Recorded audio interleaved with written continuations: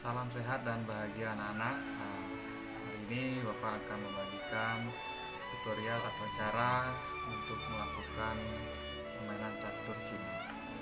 Di sini Bapak sudah ada alat papan catur Cina yang bisa lihat. Kemudian ada tidak catur. Mungkin ini baru bagi kalian yang biasa main catur biasa, yang ada kuda, gajah, atau benteng. Di catur Cina pun sama, ada raja, ada penasehat atau menteri, dan ada pionnya juga. Supaya Bapak tidak mengulang-ulang memberikan penjelasan, Bapak berusaha untuk membuat suatu video yang mana bisa kalian tonton untuk dapat kalian pelajari dan pahami, sehingga kalian bisa bermain catur Cina melalui video yang Bapak buat ini. Berikut Bapak akan perkenalkan bidak-bidak catur dan juga jalan-jalan atau langkah-langkah dari masing-masing bidak.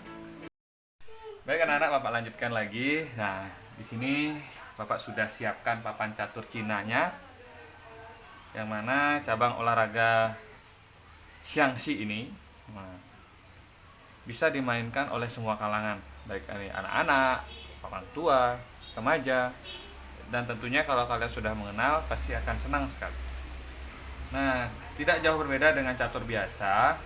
Di catur Cina ini anak-anak, kalian bisa lihat kita awali dengan garis yang berada di tengah ini. Yang ada tulisan Cina ini merupakan sungai yang membagi antara daerah A dan daerah B. Nah, kemudian ada istana.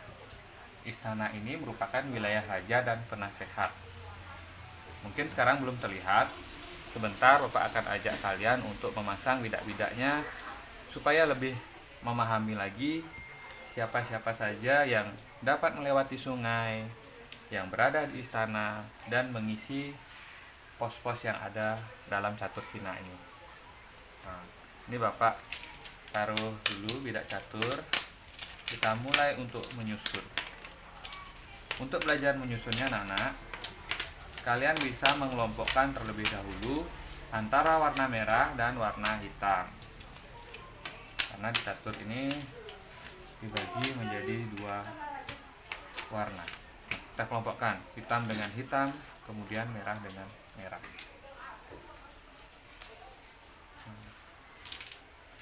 Nah, kalau sudah ketemu hitam dan merahnya ini, terus bagaimana? Terus kita cari peran-peran yang dimainkan oleh masing-masing tulisan ataupun huruf yang berada di bidak catur ini. Yang pertama, seperti contoh, ya 4, 5. Ada yang memiliki 5 dengan jenis yang sama. Kemudian ini sama dengan ini.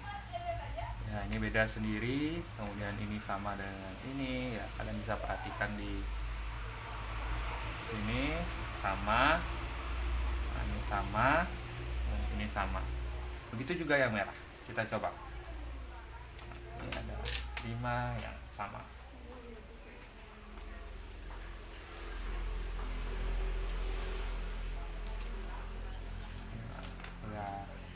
Nah, begini caranya awalnya anak-anak. Kita cari yang sama-sama untuk memudahkan kalian belajar ataupun mengingat apa nama dari bidak catur ini. Nah, ya, sudah dikelompok-kelompokkan. Nah, sekarang kita mengenal. Ada 5 jenis yang sama, 5 yang sama, kemudian ada 2, ada 2, ada 2, ada 2, ada 2, dan ada 1. Yang satu-satu ini merupakan raja dari masing-masing. Ini raja untuk yang hitam, dan ini raja yang merah. Udah ya. Sekarang kita lanjutkan. Rajanya sudah ketemu. Di samping raja biasanya ada menteri. Kalau di sini namanya penasehat. Nah, kurang lebih bentuknya seperti ini. Tanda silang seperti palu satunya ya. Yang hitam pun sama bentuknya. Ini merupakan penasehat.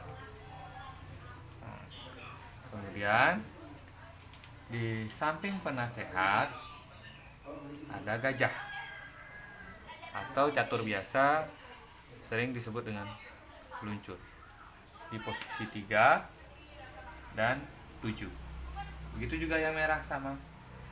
Nah, gajah atau peluncur dari hitam dan merah berbeda. Kalian bisa lihat sendiri gambarnya. Ini gajah merah dan ini gajah hitam. Kita pasang di 3 dan 7. Nah, di sebelah gajah ini ada kuda, anak. Ini untuk kuda merah dan ini kuda hitam. Tentunya sama ya. Kalau Bapak melihat mirip seperti kuda. Di 2 dan 8. Ini di 2 dan 8 kuda.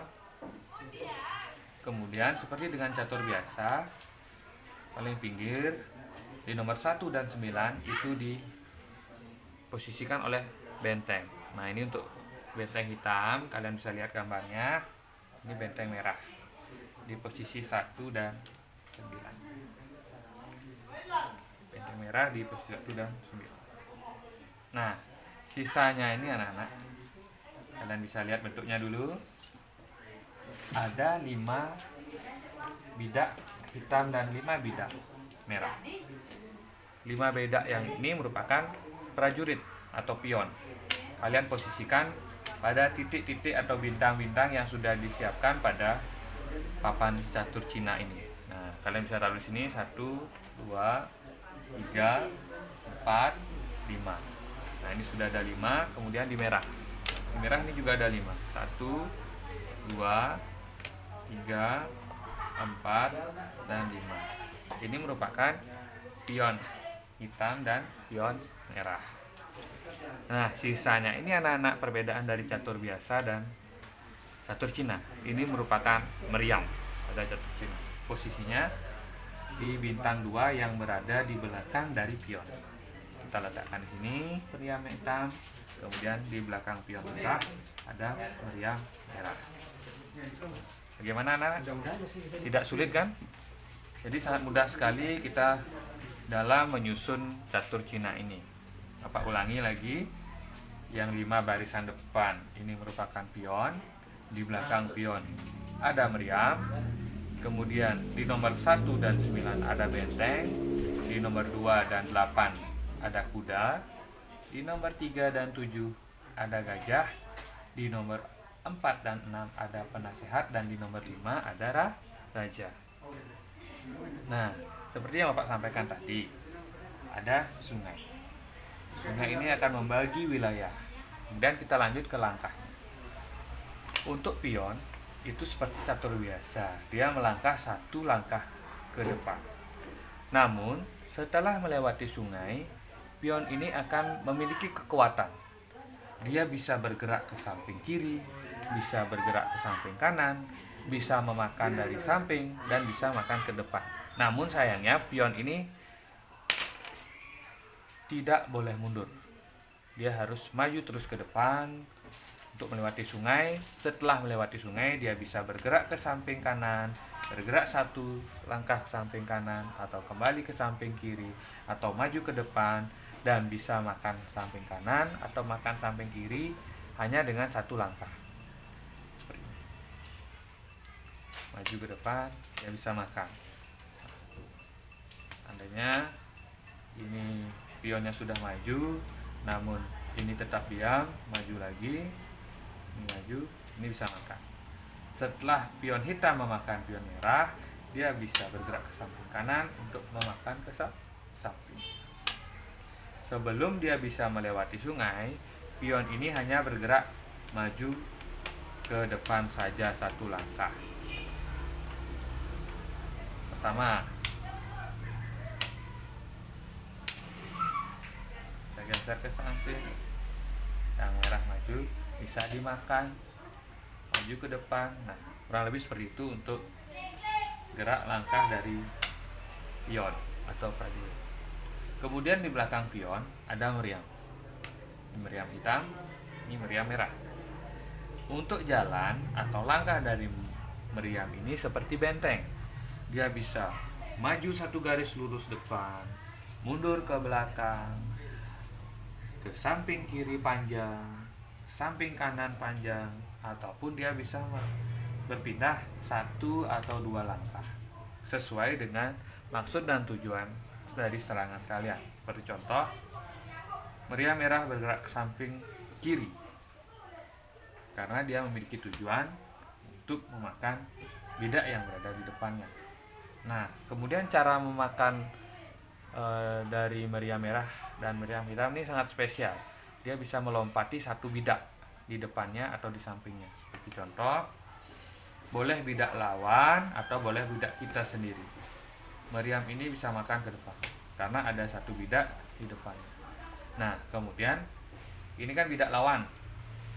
Dia boleh memakan ke samping sini karena ada satu bidak di sampingnya. Kurang lebih seperti itu. Kemudian kalau meriam ini geser pun, meriam merah masih bisa makan ke sini karena ada satu bidak di depannya. Nah, itu anak-anak. Jadi meriam ini bisa makan kalau ada satu bidak. Boleh bidak lawan, boleh bidak sendiri di depannya atau di sampingnya. Jalannya lurus kan. Mundur boleh, melewati sungai bisa. Kemudian benteng. Benteng di catur Cina sama dengan seperti catur biasa. Jalannya lurus ke depan, boleh mundur, ke samping kiri, ke samping kanan, dan dia bisa makan ataupun memakan lawan yang berada tepat dengan satu garis lurusnya. Nah, itu kurang lebih anak-anak. Nah, untuk kuda di sini pergerakannya hitungannya 21. 1 2, kemudian belok ke samping kanan atau 1 2 belok ke samping kiri. Kalau dia dihalangi jalannya begini anak-anak, kuda ini tidak akan bisa lewat karena jalannya terhalang. Begitu juga dengan ke samping sini anak-anak, dia tidak bisa karena hitungannya baru di 1 langsung belok. Kecuali dia melakukan hitungan panjang terlebih dahulu baru pendek. Bagi contoh 1 2 belok atau 1 2 belok samping kiri. Nah, setelah kuda ini berada di samping meriam, apakah dia bisa melangkah ke sini? Untuk ke depan ini dia tidak bisa karena dia terhalang oleh pion. Kuda ini bisa menjalan ke samping kiri. 1 2 belok. Nah, itu anak-anak. Nah, setelah kuda ini seandainya sudah di sini, kemana dia bisa melangkah? Dia bisa melangkah ke depan. 1 2 belok kanan atau 1 2 belok kiri. Kalau ke samping bisa tidak? Bisa, karena tidak ada yang menghalangi kuda ini. 1 2 belok. Ya. 1 2 belok. Intinya kuda ini tidak boleh melangkahi seperti di catur biasa. Kalau terhalang dia tidak boleh melangkah begini. Nah, kecuali hitungan panjang terlebih halus 2, kemudian belok 1. Itu untuk jalan kuda. Nah, di samping kuda di nomor 7 dan nomor 3 ini sama ya anak-anak ya. Ini gajahnya, dia melangkah 2 titik samping kanan atau samping kiri diagonal. Seperti ini anak-anak. 1 2. Jelas ya. Kemudian bisa ke depan. 1 2. Namun sayangnya gajah ini tidak bisa melewati sungai. Sisanya boleh. Benteng bisa melewati sungai, kuda bisa melewati sungai. Kalau gajah saya mentok sampai di garis sini saja. Gajah merah sampai di sini. Kalau gajah hitam, contoh 1 2, itu langkah dari gajah hitam, 1 2. Nah, sampai di sini saja. Dia tidak bisa ke sini anak. Karena aturannya seperti itu. Untuk kembali lagi bisa, mundur ke belakang bisa. Ini kembali ke posisinya bisa. Bisa ya. Samping kanan, sama juga yang sini 1 2. Nah, ini sudah saling melindungi. 1 2, bisa saling melindungi. 1 2 1 2. Diagonal ya, 2 titik samping kanan atau samping kiri. Berbeda dengan catur biasa, peluncurnya bisa meluncur diagonal jauh ke depan. Ini cuma 2 titik. Ke sini pun bisa. Yang penting 2 titik.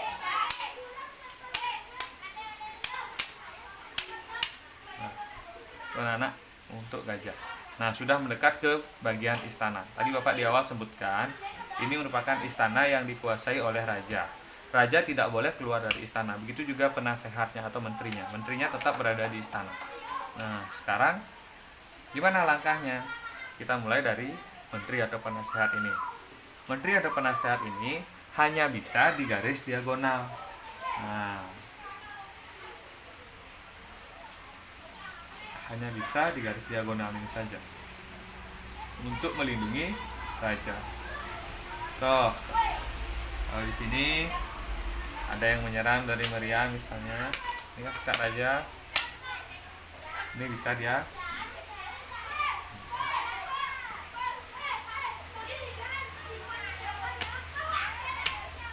ya. Untuk penasehat hanya bisa satu langkah di garis diagonal saja. Kemudian untuk raja ini bisa menguasai 9 titik yang berada di istana. 1, 2, 3, 4, 5, 6, 7, 8, 9. Dari sini raja bisa ke depan, bisa ke samping kiri, kembali lagi ke tengah, namun hanya satu langkah. Tuh anak-anak, sudah semua ya langkahnya ya. Kemudian Bapak lanjutkan aturan yang tidak boleh dilanggar. Nah anak-anak, posisi raja tidak boleh kosong satu garis seperti ini. Sebagai contoh, kita coba ya, seperti apa posisi raja tidak boleh kosong satu garis. Seandainya ketika posisinya sudah begini anak-anak, gajah hitam kalau dia pindah maka akan menyebabkan raja hitam satu garis dengan raja merah. Ini yang akan menjadikan pelanggaran atau kesalahan yang tidak boleh dilakukan. Contoh, raja hitam di sini, kemudian giliran merah, raja hitam berpindah. Nah, sehingga rajanya posisinya terbuka. Ini kesalahan yang mana? Ya, benar sekali. Ini kesalahan yang hitam atau pelanggaran dari yang hitam. Nah, nanti disesuaikan dengan aturan yang ada. Kalau seandainya boleh melakukan pelanggaran satu kali, silakan. Kalau dianggap kalah, berarti itu harus cermat dan hati-hati dalam bermain. Itu aturan dasar yang harus dikuasai. Sekarang kita akan belajar untuk melangkahkan. Oke anak, silakan. Bapak akan memainkan catur ini. Kalian bisa menyimak langkah-langkah yang akan Bapak lakukan.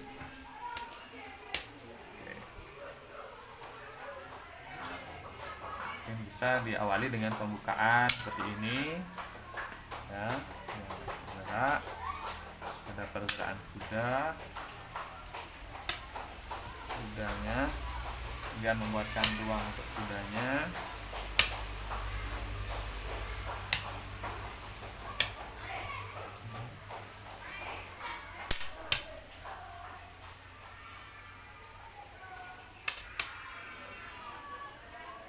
Kemudian makan, 1, 2 bisa dimakan. Kemudian ini bisa dimakan. Nah, ini sudah sekak sebenarnya anak. Merah sekak. Gimana caranya menghilang ini? Bisa dengan cara gajahnya kembali. Karena Maryam ini hanya bisa makan kalau ada satu bidak lawan atau satu bidak kita di depan dari Maryam tersebut. Sudah pindah, kita bisa sekak lagi. Nah, ini posisi sekak yang tidak bisa dibendung kurang lebih anak. Karena posisi Maryam sejajar. Sebagai contoh, kalau ditutup oleh penasehat, ini masih bisa memakan raja. Ya. Nah, ini posisinya sudah. Kalau ditutup, ini bisa menyekak.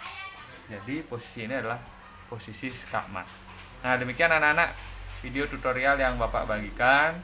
Tentunya kalian harus sering latihan karena Bapak yakin dengan latihan kalian bisa dan dapat melakukan atau bermain catur Cina ini dengan mahir. Dan ini juga tidak bisa dipaksa, ini harus diawali dari kesenangan kalian. Kalau kalian sudah senang, Bapak rasa apapun yang dikerjakan akan menyenangkan. Demikian dari Bapak, terima kasih. Salam sehat dan bahagia.